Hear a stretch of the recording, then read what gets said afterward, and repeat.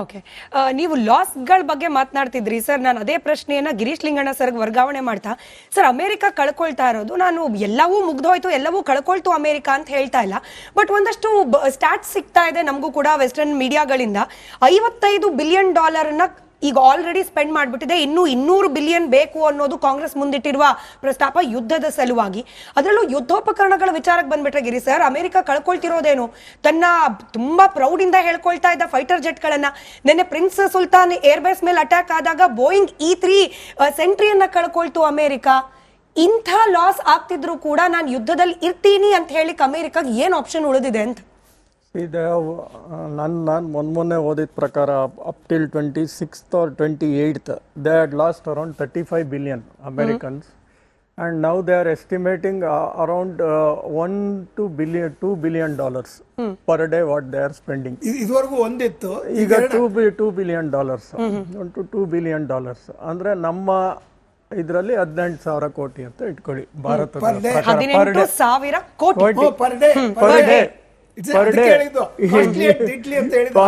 Per day ಅವ್ರ ಕಳ್ಕೊಳ್ಳೋದಿರ್ಲಿ. They have put the world economy into a great trouble. Leave the America losing, they have put the whole world into a trouble. Next, every state in the strikes ಶುರುವಾಗಿದೆ ಅಲ್ಲಿ. They have started strikes against Trump. All 50 states have participated against the Trump to stop this war. ಹೌದು, ಗೊತ್ತಾಯ್ತಾ? So this is also happening. And ನೀವು ಇನ್ನೊಂದು ಮಾತು ಹೇಳ್ತಿದ್ರಿ, America ಮುಗಿಸ್ಬಿಡುತ್ತಾ ಇರಾನ್ನ. Yes, America conventionally is very strong, on the paper it is very strong, but it could not finish Afghanistan, it could not finish Iraq, it could not finish Vietnam. It will definitely, it may enter, but it will suffer heavy loss, and body bags will keep going because of the asymmetric war and the guerrilla warfare and the land terrain what Iran is having. And it is not a small country, it is twice of Afghanistan, 4 times of Iraq. It is like that. It's not a small country.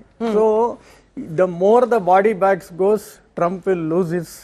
Trump's ಆಗ್ಲೇ ಹೊಟ್ಟೋಗಿದೆ rating, and his election is coming in the end, and he himself is telling we want to exit out as fast because this election is a very decisive election for me ಅಂತ. So ಅವನು ಹೋಗಿ ಈ ಸಮಯದಲ್ಲಿ Iran ಒಳಗೆ ನುಗ್ಗಿ ಇರಾನ್ನೆಲ್ಲ ಮುಗಿಸಿ ground ಫೋರ್ಸ್ನೆಲ್ಲ ಕಳಿಸಿ ಮಾಡೋ ಚಾನ್ಸೇ ಇಲ್ಲ. ಗ್ರೌಂಡ್ ಫೋರ್ಸ್ ಒಳಗೆ ಹೋಗ್ಬೇಕು ಅಂದ್ರೆ ಅವ್ರು ಇರೋವಾಗ ಒಂದು 10,000 ಜನ, ಸುತ್ತಮುತ್ತಲಿರೋ 50,000 ಜನನೂ ಏನು ಒಳಗಡೆ ಕಳ್ಸೋಕ್ಕಾಗಲ್ಲ, because they need their security there at their military bases. And ನಾನು ಲಾಸ್ಟ್ ಟೈಮೇ ಹೇಳ್ದಂಗೆ ಇರಾಕ್ ಒಳಗೆ ಹೋಗಿ ಇರಾಕ್ ಅಂತ ದೇಶನ ಹಾಳು ಮಾಡೋಕ್ಕೆ 1.6 lakhs military people entered. Do you think they can enter here? Israel ಅಲ್ಲಿ ಈಗಾಗಲೇ 2 ಲಕ್ಷ ಜನ ರಿಸರ್ವಿಸ್ಟ್ಗಳನ್ನ ಕಲೆಕ್ಟ್ ಮಾಡಿದ್ದಾರೆ ಅಂತ. ರಿಸರ್ವಿಸ್ಟ್ ಯಾರು ಸಿವಿಲಿಯನ್ಸ್, ಅವ್ರೇನು ಆರ್ಮಿ ಅವರಲ್ಲ. ಅವ್ರನ್ನೆಲ್ಲ ಕರ್ಕೊಂಡು ಆಯಲ್, ಗಲ್ಫ್ ರಿಫೈನರೀಸ್, ಗೌರ್ಮೆಂಟ್ ಕೆಲಸದಲ್ಲಿರೋರು ಅವ್ರನ್ನೆಲ್ಲ ಕರ್ಕೊಂಡ್ಬಂದು ನೀವು ವಾರಕ್ಕೆ ಕಳ್ಸೋಕ್ಕಾಗತ್ತಾ? What will be the Israel economy? How will Israel run the companies there without these people? So all this is only out of the scenario. So this is where something, ಈಗ 3 ಜನನು something they have come in talking terms. Only thing they are, each side is putting pressure. Iran is holding Strait of Hormuz as a negotiating point. Trump is holding all these 3 things as a negotiating point. Gulf countries, they are pressurizing. ಒಂಥರ ಏನಂದ್ರೆ ಇರಾನನ್ನ ಸ್ವಲ್ಪ ಮೆತ್ಕಾರು ಮಾಡಿ ಇಟ್ಬಿಡಿ, because if you make it strong and go, we will be facing every day problem to us. So ಏನಾದ್ರು soft ಮಾಡಿ ಅಂತ ಮುಂದೆ ಬಂದು ಹೇಳ್ತಿಲ್ಲ, ಹಿಂದ್ಗಡೆಯಿಂದ ಚುಚ್ಚುತ್ತಾ ಇದಾರೆ ಅಷ್ಟೇ. They have asked money also, they will give money also. 100% Saudi will give money to them. ಕೊಡಬೇಕು, ಕೊಟ್ಟೆ ಕೊಡ್ತಾರೆ, because they want defense, they want protection from Iran. Even in Gulf war 91-92 ಅಲ್ಲೇ ಅವ್ರು ದುಡ್ಡು ಕೊಟ್ಟಿದ್ರು. ಕುವೈಟ್ ಅವರು, ಕತಾರ್ ಅವರು, ಇವರೆಲ್ಲ ದುಡ್ಡು ಕೊಟ್ಟಿದ್ರು. Do you think they won't give now? They will give now. Back then only 36 billion ಅಷ್ಟೇನೋ ಕೊಟ್ಟಿದ್ರು back then 1990s ಅಲ್ಲಿ. ಈಗ ಏನಾಗುತ್ತೆ ಅಂದ್ರೆ something they will come into some understanding. All 15 point ಇವ್ರು ಒಪ್ಕೋತಾರೆ ಅನ್ನೋದು ಇಲ್ಲ, ಇವ್ರು ಹಾಕಿರೋ 5 ಪಾಯಿಂಟ್ ಒಪ್ಕೋತಾರೆ ಅಂತಿಲ್ಲ. ಆಲ್ ಆಫ್ ಎ ಸಡನ್ ಈ ಎಲೆಕ್ಷನ್ ಎಲ್ಲ ಮುಗಿಯೋ ತನಕ there will be some understanding and it will calm down. ಸರಿ, ಅದೇ ಚಂಬಿ ಸರ್, ಇದೇ ಒಂದು ಚರ್ಚೆ ಕೂಡ ಆಗ್ತಾ ಇತ್ತು. ಅದಕ್ಕೆ ಪೂರಕವಾಗಿ press secretary of America ಕ್ಯಾರಲಿನ್ Leavitt ಹೇಳಿದ್ದು ಕೂಡ, ನಾವು ಸೌದಿ ಅಥವಾ ಅರಬ್ ರಾಷ್ಟ್ರಗಳಿಂದ ವಾರ್ ಎಕ್ಸ್ಪೆನ್ಸಸ್ ಅನ್ನ ಪಡೆದುಕೊಳ್ಳೋ ಪ್ರಯತ್ನ ಮಾಡಬಹುದು ಟ್ರಂಪ್ ಆ ನಿಟ್ಟಿನಲ್ಲಿ ಯೋಚನೆ ಮಾಡ್ತಿದ್ದಾರೆ ಅನ್ನೋ ನಿಟ್ಟಿನ ಯೋಚನೆ. ಬಹುಶಃ ಟ್ರಂಪ್ ಅವರು ಯುದ್ಧದಿಂದ ಹಿಂದೆ ಸರಿತೀನಿ ಅಂತ ಹೇಳಿ ಏಡ್ಗಳ ಜೊತೆಯಲ್ಲಿ ಮಾತುಕತೆ ನಡೆಸ್ತಿದ್ದಾರೆ ಅನ್ನೋ ಸುದ್ದಿ ಕೂಡ is this a blackmail tactics. ನಾವು ಹೇಳ್ದಂಗೆ ಡಿಫೆನ್ಸ್ ಎಕ್ವಿಪ್ಮೆಂಟ್ ನ ಖರೀದಿ ಮಾಡದೆ ಹೋದ್ರೆ, ನಮ್ ಜೊತೆ ಡೀಲ್ಗಳನ್ನ ಎಕನಾಮಿಕ್ ಡೀಲ್ಗಳನ್ನ ಮಾಡ್ಕೊಳ್ದೆ ಹೋದ್ರೆ, ಸೌದಿ ಪಾಡಿಗೆ ಸೌದಿ ಆಯ್ತು, UAE ಪಾಡಿಗೆ UAE ಆಯ್ತು, ನಾವು ಹಿಂದೆ ಸರಿತೀವಿ ಯುದ್ಧದಿಂದ, ಹಿಂಗೇನಾದ್ರು ಬ್ಲಾಕ್ ಮೇಲ್ ಮಾಡೋ ಪ್ರಯತ್ನ ಟ್ರಂಪ್ ಮಾಡ್ತಿದ್ದಾರ ಅಂತ. ಟ್ರಂಪ್ ಬ್ಲಾಕ್ ಮೇಲ್ ಮಾಡೋದನ್ನಕ್ಕಿಂತ is a businessman. He knows without gulf countries America will not get that protection for petro dollars.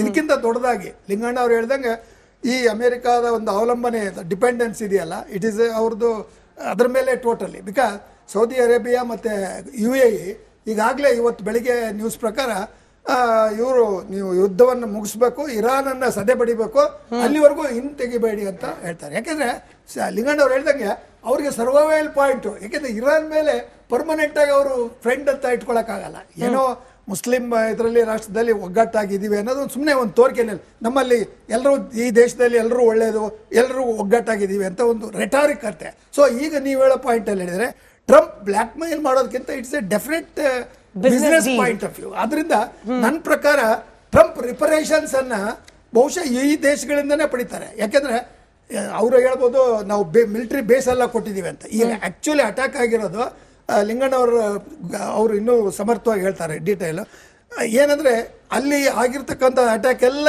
US base ಮೇಲೆ ಆಗಿರೋದು. ಅವರ ಏರ್ಕ್ರಾಫ್ಟೇ ಆಗಲಿ ಅಥವಾ ಇನ್ಫ್ರಾಸ್ಟ್ರಕ್ಚರೇ ಆಗಲಿ ಅಥವಾ ಯಾವುದೇ ರೀತಿಯ ಅವರ ಯುದ್ಧದ ಸಿದ್ಧತೆ ಇದೆಯಲ್ಲ ಅದ್ರ ಮೇಲೆ ಇವತ್ತು ಆಕ್ರಮಣ ಇರಾನ್ ಅಟ್ಯಾಕ್ ಮಾಡ್ತಾ ಇದೆ ಹೊರತು ಸಿವಿಲಿಯನ್ಸ್ ಮೇಲೆ ಆಗ್ತಾ ಇದೆ. ಅದನ್ನು ಅಮೆರಿಕಾದವರು ಅಲ್ಲಿ ಮಕ್ಕಳನ್ನ ಕೊಂದಂಗೆ ಇವರು ಸಿವಿಲಿಯನ್ಸ್ ಮೇಲೆ ಮಾಡ್ತಾ ಇದ್ದಾರೆ. ಬಟ್ ಇದೇನಾಗಿದೆ, ಒಂಥರ ಮ್ಯೂಚುವಲ್ ಅನಿಲೇಷನ್, ಒಂಥರ ಇವರು ಒಬ್ರಿಗೊಬ್ರು ನಂದು ಒಂದು ಕಣ್ಣು ಹೋದ್ರೆ ಇನ್ನು 2 ಕಣ್ಣು ಹೋಗ್ಲಿ ಅನ್ನೋ ಮಟ್ಟಕ್ಕಿದ್ದಾರೆ. ಬಟ್ ನೀವು ಹೇಳಿದ ಪಾಯಿಂಟ್ ಅಲ್ಲಿ ಟ್ರಂಪ್ ರವರಿಗೆ ಒಂದು ಬಿಸಿನೆಸ್ ಪಾಯಿಂಟ್ ಆಫ್ ವ್ಯೂನಿಂದ ಈ ಯುದ್ಧವನ್ನ ಹೇಗಾದರೂ ಮಾಡಿ I must make profit out of it ಅಂತಕ್ಕಂಥದ್ದು ಅವರ ಒಂದು ಒಳಗಿನ ಅಜೆಂಡಾ. ಅದು ಎಲ್ಲರಿಗೂ ಗೊತ್ತಾಗುತ್ತೆ. Trump is not a statesman or a leader. ಆಮೇಲೆ ನಮ್ಮ ಚಿತಾಲೆ ಅವರು ಹೇಳಿದ್ದು ಮಾತನ್ನ ನಾನು ಸ್ವಲ್ಪ ಏನು ಪೂರ್ಣವಾಗಿ ಒಪ್ಪಲ್ಲ. ಕಾರಣ ನ್ಯೂಕ್ಲಿಯರ್ ಶಸ್ತ್ರಾಸ್ತ್ರಗಳನ್ನು ಇಲ್ಲಿ ಬಳಸಲಿಕ್ಕೆ ಸಾಧ್ಯವೇ ಇಲ್ಲ. That will be further kind of suicidal thing for both the countries, not only America, even for Gulf countries also. I don't think Gulf countries will depend. ಸರಿ, ನಾನು ಅದೇ ಪಾಯಿಂಟ್ ಮೋಹನ್ ಸರಿ ಕೇಳೋಕೆ ಮುಂಚೆ ನೀವು ಗಿರೀಶ್ ಲಿಂಗಣ್ಣ ಸರ್ನ ರೆಫರ್ ಮಾಡಿದ್ರಿ. ಹಾಗೆ ಅಮೆರಿಕ ಕಳ್ಕೊಂಡಿದ್ದೇನೋ ಅನ್ನೋ ನನ್ನ ಪ್ರೀವಿಯಸ್ ಕ್ವಶನ್ ಅನ್ನ ಮುಂದುವರಿಸ್ತಾ, ಗಿರೀಶ್ ಸರ್, ಒಂದು ರಿಪೋರ್ಟ್ ನ ಪ್ರಕಾರ ಅಮೆರಿಕ ಈ UAE ಹಾಗೆ ಸೌದಿಯಲ್ಲಿ ಇದ್ದಂತಹ ತನ್ನ ನೆಲೆಗಳ ಪೈಕಿ 13 ಬೇಸ್ಗಳನ್ನ ಕಳೆದುಕೊಂಡಿದೆ ಯುದ್ಧದ ಭಾಗವಾಗಿ. ಅದರಲ್ಲೂ ಬಹಳ ಪ್ರಮುಖವಾಗಿ ಏರ್ ಬೇಸ್ಗಳು UAE, ಕತಾರ್, ಕುವೈತ್, ಬಹ್ರೇನ್ ನಲ್ಲಿ ಇದ್ದಂತಹ ಏರ್ ಬೇಸ್ಗಳು ಮತ್ತೆ ಅಲ್ಲಿ ಹೋಗಿ ನೀವು ಸ್ಟೇಷನ್ ಮಾಡೋಕೆ ಯೋಗ್ಯವಲ್ಲದ ಪರಿಸ್ಥಿತಿ ತಲುಪಿಟ್ಟಿದೆ ಅಂತ ಹೇಳಿ. ಇದೆಲ್ಲ ಮತ್ತೆ ರಿಕವರ್ ಮಾಡಬೇಕು ಅಂದ್ರೆ it's again a huge cost. ಇದನ್ನ ಭರಿಸಲಿಕ್ಕೆ ಮತ್ತೆ ಸೌದಿ ಮೊರೆ ಹೋಗುತ್ತೆ, ಅಮೆರಿಕ ಮೊರೆ ಹೋಗುತ್ತೆ ಅನ್ನೋದಕ್ಕಿಂತ ನೀವು ಕಟ್ಟಲೇಬೇಕು ಅನ್ನೋ ಡಿಮಾಂಡ್ ಮಾಡುತ್ತೆ.